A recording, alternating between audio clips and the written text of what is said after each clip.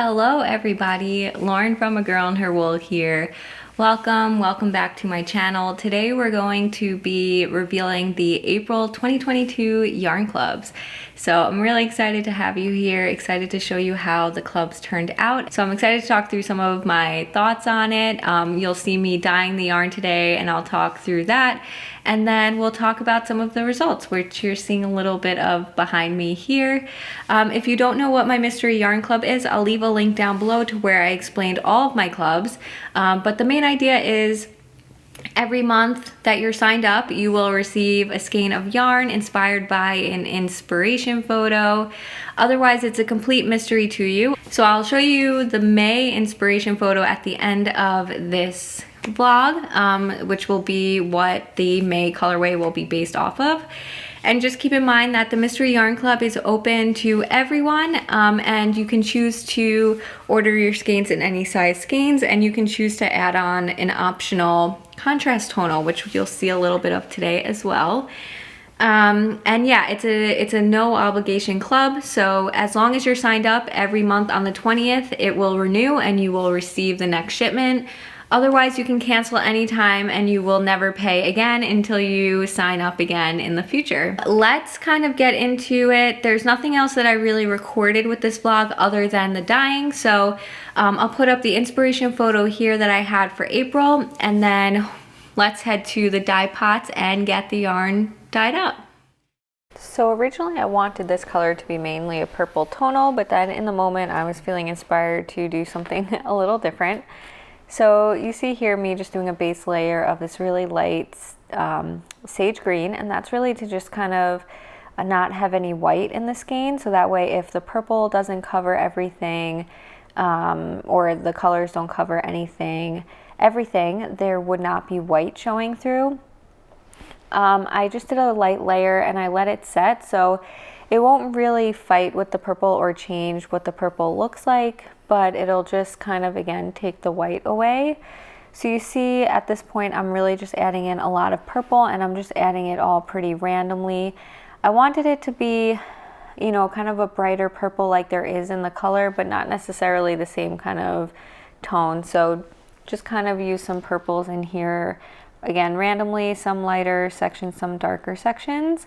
And then in the picture itself, there's a lot of green, and you'll notice that the green that I'm using is not the same green. The photo had this bright green. I wanted to bring another color into it, but I didn't want to do that bright green. I wanted it to kind of work well with that purple. So I did more of a blue-green to kind of match the blue tones in the purple. So things probably look quite different now. It's actually a few hours later, so the lighting changed quite a bit, which is why it looks different. I also removed pretty much all of the water. So taking a little step back, I was having, so the purple was taking a long time to set, just meaning that a lot of the dye was staying in the water and not really getting absorbed. And so I ended up, each time that I would dye the skein, I would apply the purple and that blue-green you saw, and then let it set for a few hours. Like I'd go eat dinner, make dinner, and eat dinner, and then come back.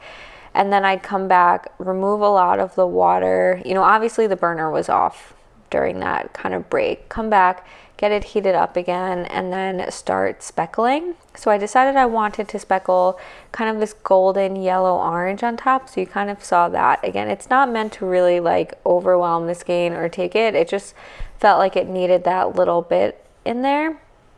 And then the other colors that I'm speckling across are just some of the purple, a couple of purples, and then actually this really bright green, and I'm not sure which order it kind of went in, but I did this really bright green that is pretty similar to a lot of the green in the photo, and I think you're starting to see kind of show up there.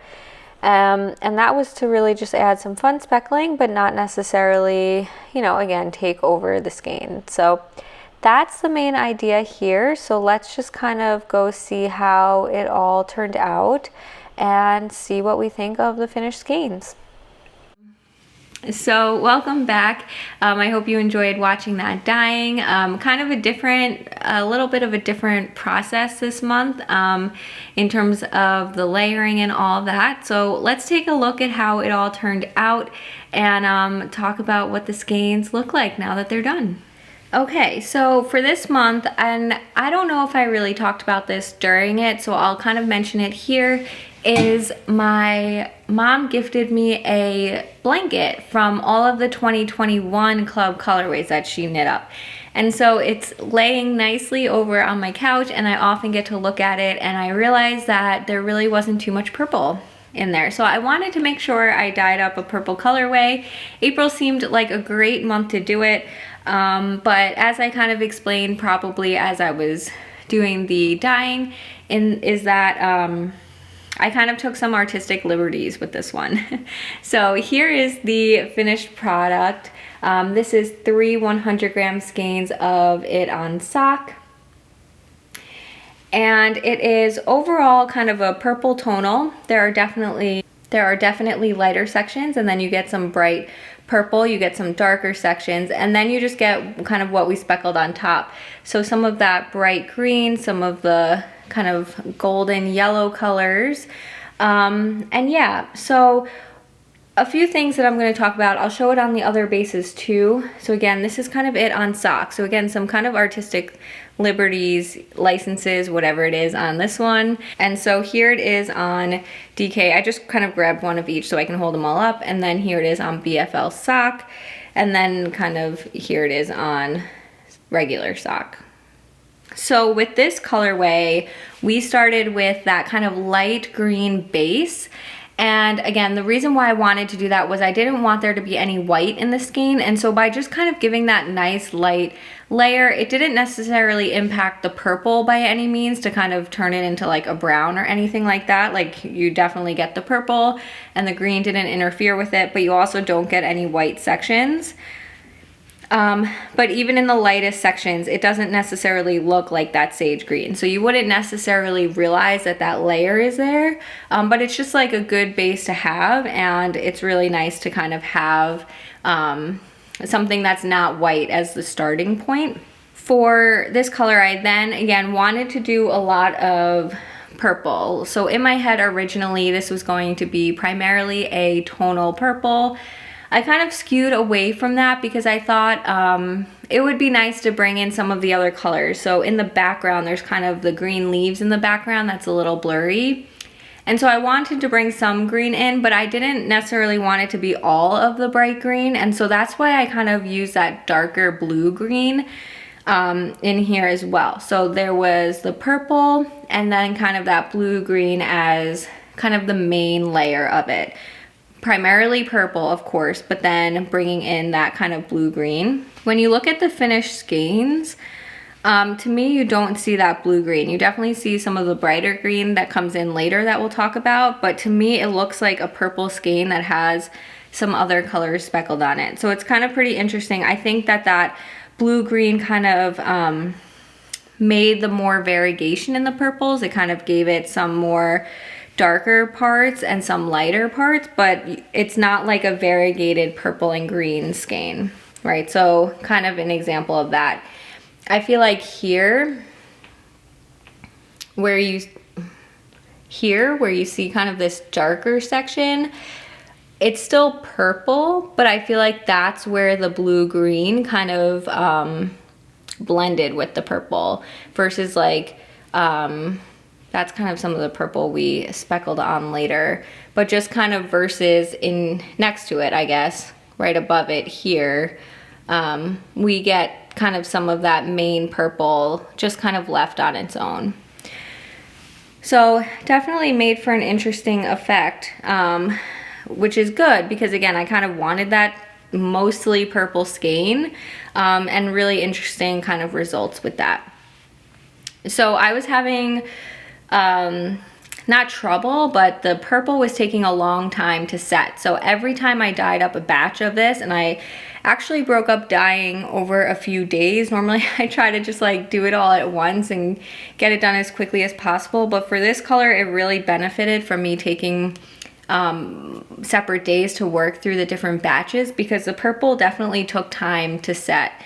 And if you don't know, the way I know that is the water just was still very purple, and once the yarn absorbs the dye, the water becomes clear.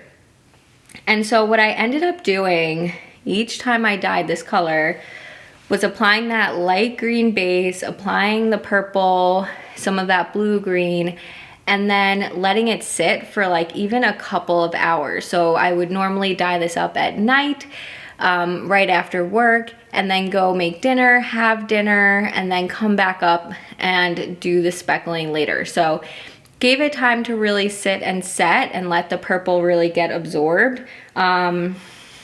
which was a good thing to do, right? Because I didn't want it to get washed out by any means. And then I would come back and do the speckling. So again, we speckled the bright purple, so you can kind of see in here all the speckles. So, and I can't see what you see. So in here, there's some purple speckles that we speckled, of course, that bright green, and then some of the yellow. I think if I turn it a little bit, you kind of see the yellow in there too. And it's just throughout the whole skein. So, right, you kind of get a little bit of the yellow, a little bit of the green, and some of that really bright purple in there. And it's nice. So overall, it's, like I said, kind of that overall purple skein, variegated purple skein that just every once in a while gets some of those speckles of the greens, but the green does not really compete with it. And I think as you guys work on socks or whatever projects you're working on with these, it'll be fun to like get that little bit every once in a while. And then just comparing it, this is a smaller skein. I don't have it weighed out yet. So kind of the same idea with the smaller skeins. And just remember, you can get them in any size skein. Okay, so moving on to the tonal next. Because, you know, it's spring, I wanted this to have a spring feel. I think that the colorway itself isn't the most springy purple it could have been. It's not like a lavender or something like that. It has its darker moments, and so I wanted to make sure the tonal skein brought out the springiness. And so the color that I ended up doing is actually that base layer that we started with. So doing the tonal was the same kind of beginning as doing the main color. Maybe I added a little bit more dye to this than I did to this, and it just kind of brings out that spring feel. So I think if you paired this with something else, you could get the wintry feels or the moody feels, but by pairing it with this color, you kind of get that fun springiness. So this is it with the 100 gram contrast, and then we have it with the 20 gram contrast there. So I think it'll make a really pretty heel, cuff, and toes for those who like to do it that way. It pairs well with it nicely, and again, it just kind of helps remind you of spring, and a good color pairing for it. So that's the main color and the tonal, and so now I'm just going to show you guys the mini skein set. Okay, so for the mini skein set, I talk about this every time, but my first thought to myself is always, do I want it to be a random, you know, random minis, meaning, you know, it's just a set, or do I want to make it a gradient? And so this time, because again, it was kind of meant to be that purple color, you know, we brought in some of the greens. To me, this felt like very fitting to be a gradient set because there wasn't a lot to work with. There's not that many different colors I could have done if I did it as a random set. And so I just kind of leaned into the gradient aspect of it. So here it is on 20 gram minis, and I think that it makes sense, right? Like, this is a gradient set out of the same color, same idea. So it starts with really light, almost like the tonal, a little, no, not like the tonal, a really light green. Some of the white is still in this one. I didn't start by I covered it up, but left it really light, and then some very small bits of the purple and like a little bit of the yellow speckling. And then as the skein went on, I just added more and more. So in this one, there's a little bit more of that base green, some more of the purples, a little bit more of that blue green, and some of the yellow speckling. More so in the third one, the fourth one, and then by the time we get to the fifth one, it's like, you know, the darker sections of the main color. We have more of that purple and blue-green blending together into that dark color that we saw in the main skein, and a little bit more of the yellow. I didn't do all of the speckling that I did on the main color, so it really was sticking to that like light sage green, the main kind of purples that I used to dye it up, that blue green that I added, and some of the yellow speckling, just to kind of add a little bit of speckle to it. So that is the April clubs. And I think, again, kind of keeping an eye on that blanket, I think it's very different than I've done in the clubs before, especially doing the purples, but then also kind of doing that brighter purple and brighter green contrast. It's really pretty, and that tonal just kind of makes it feel like spring. So as always, I hope you guys liked it too, and don't forget, as you finish up projects with the Yarn Club yarn, make sure you're using the appropriate hashtag, and that earns you rewards points into my shop. The last thing that I want to do is put up the inspiration photo for May, and that is the inspiration photo. So if you want to sign up for the May clubs, you have through April 20th to do so. And if you have any questions at all, definitely let me know. And the other thing, the last thing I just wanted to mention too, is that kind of going forward, for the BFL sock base, I'm just going to be offering it up as an 100-gram skein with no contrast, like basically 100-gram skeins only, or you can do 100 and 100 of the main and the contrast, or you could do an 100-gram main with the 20-gram sock set. So you can only get 100 grams of the main color, and then you choose between no contrast, a 20-gram mini, or a 100-gram contrast. So if you are someone who has an active subscription with a different BFL sock subscription, you would have already heard from me, but if you haven't seen an email from me, go check it out with more info about next steps, and I will be canceling those subscriptions before the end of the month if you don't do it yourself, or before the 20th, by the 19th if you don't do it yourself. So just kind of wanted to mention that. Otherwise, that is it, and I hope you guys liked it, and I will talk to you soon. Bye.